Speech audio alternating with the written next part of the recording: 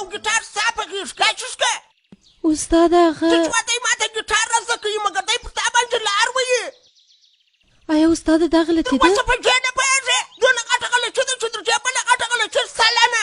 د دغه بې غیرته سره که یو ګړی لا ودرېدلې پخوانۍ موسیقي خو په خلقه که زده کړې زما به هم کور را خراب کړې اکالي چا تر سره لیدې څه شي بې عزته دې کړه مخال مو تور کړه زواړې مې خطا شوې ستا د لاسه سله په شرمونو وشرمېدله شرمله ولاړه ده راته استاذه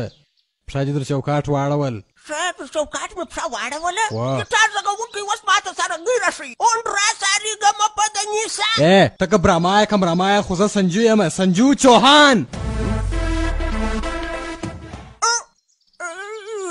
هر مارو ملخ ته چې ګورې د ځانه یې زمری جوړ کړی اوس مې ما او تا سره معلومه کړو چې شور ونه خورې زوی ولاړ یم سمه ده بلې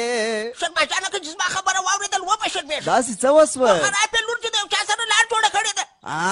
ستا د ناجوړۍ په خاطر زه تر ننه پورې چپ ومه خو نن به دا راځي پښه کوم چې ستاسې خنداني سرنګۍ د خاورو سره خاورې شوه د خاورو سره خاورې شوه دا چا بل نو څوک دی هغه لوچک سنجو دا باندې سرنګۍ په لاس وړله داسې دړې وړې کړه ستا لور اوس دوست چې ورسره کوي دا به هم دړې وړې شي دا رزیل څوک دی ما څه چې کارا خالي دی ګیټار غږوي او موږ سرنګۍ سنجو په دا غربي موسیقي باندې دا زموږ ستاسې پخوانۍ موسیقي د منځه وړې کلاسیکه موسیقي په بحراني حالت کې ده خو معلوم تر چوکاټ پښه اړولې ده ژر تر ژره یې هلته در وغواړه ته پوهېږې ستا لور څه کړي دي زموږ تاریخي سارنګۍ یې ماته کړه زموږ رواج یې رادړې وړې کوي اوس به زه نیکه جان ته څه جواب چاله ته ورلې بیا جواب ورکړه یو وارې خو دې پر لور پوښتنه وکړه د سارنګۍ سره زموږ لور هم بې سوره سوې ده هغه واده نه دی کړی نو ځکه په ډېرو فکرو د بوډاګي اعصاب خراب سوي دي او تیم پر خبرو غوږ نیسي ورېنداره پر ما باندې سلامونه وایي ستا ورېندار رواج د خپلې لور په اړه فکر کوي او وایي د څه شي فکر یور دې سوه چې هغه څه وکړه خپله خو یې د غلو په رقم سرنګۍ د ځان سره واخیسته اروپا ته وتښتېدی او دلته بیا موږ ته زموږ د لور په اړه شکایتونه کوي ته ټلیفون راکړه زه خپله د هغه سره خبرې کوم رور جانه زیات خو به دې ښه یې خدای دې خیر درکړي ما ګرده واورېدل یو څه یم چې شپه ورځ مې پر ځان یې وکړې ده او ستاسې ولور ته سرنګۍ ورزده کوم او ته داسې اپلای چې راته وایه ستا خوښه ده زه اوس ستا ولور ته ټلیفون ورکوم د هغې سره خبرې وکړه ما ته بخښه وکړه خبرې ورسره وکړه هغه هلک څوک دی سنجو چې دی ډېر ښه هلک دی مور دونه ښه هلک دی نو ولې د لاسه باسې اشته دا راته ووایه هغه څه کار کوي